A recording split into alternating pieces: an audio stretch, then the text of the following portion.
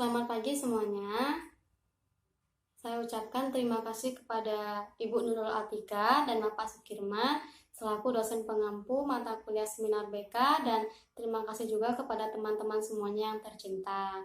Melalui video singkat ini, saya, Komanitasari NPM 17130032, akan menyeminarkan proposal saya yang berjudul Penerapan Layanan Bimbingan Kelompok oleh Guru Bimbingan dan Konseling dalam rangka mengatasi perilaku mencontek peserta didik kelas 12 di SMK Negeri 2 Terbagi Besar Lampung Tengah tahun pelajaran 2019-2020. Nah, di bab 1 ada latar belakang masalah. Mencontek merupakan salah satu kebiasaan buruk yang banyak dilakukan oleh peserta didik.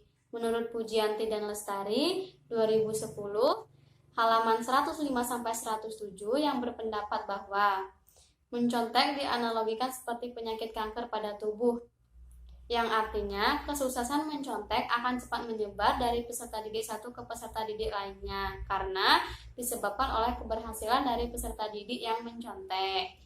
Biasanya, peserta didik akan lebih memilih untuk melakukan perbuatan curang demi mendapatkan hasil yang maksimal. Berdasarkan pada fenomena mengenai perilaku mencontek yang sudah menjadi budaya kental dalam pendidikan, maka guru bimbingan dan konseling di SMK Negeri 2 Terbagi Besar Lampung Tengah berupaya untuk menerapkan layanan bimbingan kelompok di sekolah. Penerapan ini dilakukan karena sebelumnya didapat data bahwa banyak peserta didik yang masih melakukan perbuatan mencontek.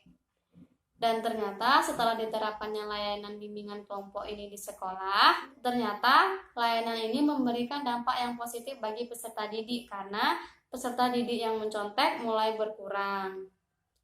Apalagi mengingat layanan bimbingan kelompok yang diberikan oleh guru bimbingan dan konseling sesuai dengan aturan yang ada sehingga mudah diterima oleh peserta didik yang mengikuti layanan tersebut.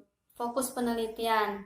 Berdasarkan pada latar belakang di atas, maka fokus penelitian ini ialah penerapan layanan bimbingan kelompok oleh guru bimbingan dan konseling dalam rangka mengatasi perilaku mencontek peserta didik kelas 12 di SMK Negeri 2 Terbagi Besar Lampung Tengah tahun pelajaran 2019-2020. Adapun subfokus pada penelitian saya ini dibagi menjadi dua. Yang pertama ada penerapan layanan bimbingan kelompok oleh guru bimbingan dan konseling, dan yang kedua ada perilaku mencontek peserta didik.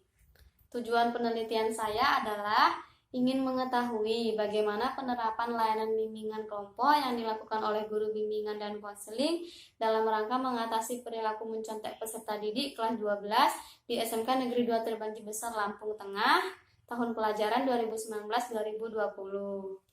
Adapun manfaat penelitian saya dibagi menjadi dua. Yang pertama itu ada manfaat teoritis dan yang kedua itu ada manfaat praktik. Jadi penelitian saya ini saya lakukan di SMK Negeri 2 Terbagi Besar Lampung Tengah yang berada di Jalan Ahmad Yani, nomor 3 Poncowati, Lampung Tengah. Di bab 2 kajian teori yang bagian A membahas mengenai layanan bimbingan kelompok oleh guru bimbingan dan konseling. Adapun bagian-bagiannya meliputi seperti 1. Penerapan layanan bimbingan kelompok oleh guru bimbingan dan konseling yang dibagi lagi menjadi beberapa tahapan. Yang pertama ada A. Penerapan, pengertian penerapan. Lalu yang kedua itu ada pengertian layanan bimbingan kelompok. Lalu yang C itu ada pengertian guru bimbingan dan konseling. Nah, yang kedua ada tujuan layanan bimbingan kelompok. Lalu yang ketiga itu ada manfaat layanan bimbingan kelompok. Yang keempat itu ada asas-asas layanan bimbingan kelompok. Dan yang terakhir atau kelima itu ada tahap-tahap pelaksanaan layanan bimbingan kelompok. Lalu selanjutnya di bab 2 bagian B saya membahas mengenai perilaku mencontek. Nah, pengertian perilaku mencontek itu menurut Hartanto 2012 halaman 5 yang mengemukakan bahwa menyontek dapat merugikan diri sendiri dan orang lain. Sedangkan adapun faktor penyebabnya menurut Hartanto 2012 halaman 31-32 adanya faktor pendorong seseorang melakukan perbuatan mencontek itu dibagi menjadi 3 bagian. Yang pertama, adanya kemalasan pada diri seseorang. Lalu yang kedua, perilaku mencontek dianggapnya bukanlah hal yang salah. Lalu yang ketiga, memiliki keyakinan bahwa perilakunya tidak akan diketahui oleh orang lain. Lalu selanjutnya itu ada bentuk-bentuk perilaku mencontek. Nah, bentuk-bentuk perilaku mencontek ini dikelompokkan menjadi 4 bentuk menurut Hartanto 2012. Yang pertama itu ada individual opportunistic, lalu yang kedua itu ada independent plan, lalu yang ketiga itu ada social aktif, lalu yang kelima itu ada social pasif. Selain itu, perilaku mencontek juga memiliki dampak yang negatif. Adapun dampaknya itu seperti malas belajar, lalu akan membuat kita terbiasa mencontek. Selanjutnya, akan menghalalkan segala cara, lalu menular dan membuat kita tidak percaya diri lagi. Lalu selanjutnya di bagian C yang bab 2, ada penerapan layanan bimbingan kelompok oleh guru bimbingan dan konseling dalam rangka mengatasi perilaku mencontek peserta didik. Layanan yang diterapkan oleh guru bimbingan dan konseling ini diberikan kepada peserta didik kelas 12. Dan alasan mengapa guru bimbingan dan konseling memilih untuk menerapkannya di kelas 12 karena sebentar lagi kelas 12 akan melaksanakan ujian nasional dan akan melanjutkan di kerja dunia nyata atau melanjutkan pendidikannya di jenjang yang lebih tinggi lagi. Oleh karena itu, penting adanya pemberian layanan ini untuk mencegah dan mengatasi perilaku tersebut sehingga nanti hasil yang didapat sesuai dengan kemampuan yang dimilikinya. Layanan bimbingan kelompok dalam rangka mengatasi perilaku mencontek peserta didik kelas 12 dirasa cukup efektif untuk diberikan atau diterapkan. Mengingat kelas 12 adalah masa di mana seseorang memasuki fase dewasa awal, sehingga pemikiran yang dimiliki juga pasti akan berubah dan pastinya akan mudah diterima. Bab 3, metode penelitian. Jadi metode penelitian ini dibagi menjadi 2. Yang pertama itu ada pendekatan penelitian dan yang kedua itu ada jenis penelitian. Jadi pendekatan penelitian ini menggunakan penelitian kualitatif. Nah, penelitian kualitatif adalah suatu pendekatan yang digunakan untuk meneliti pada kondisi yang alamiah atau sesuai dengan fakta-fakta yang ditemukan di lapangan yang menghasilkan data berupa kata-kata tertulis, deskripsi, maupun lisan dan gambar. Sedangkan jenis penelitian yang digunakan adalah penelitian deskriptif, yaitu data yang diperoleh berupa kata, gambar, ataupun perilaku dan tidak dituangkan dalam bentuk angka ataupun bilangan statistik, melainkan tetap dalam bentuk kualitatif deskripsi, memiliki arti lebih kaya dari angka ataupun frekuensi. Lalu yang selanjutnya itu ada sumber data. Sumber data adalah suatu informasi yang berupa keterangan-keterangan atau fakta-fakta, baik berupa huruf ataupun angka yang diperoleh dari lapangan. Sumber data ini dibagi menjadi 2 bagian. Yang pertama itu ada sumber data primer dan sumber data sekunder.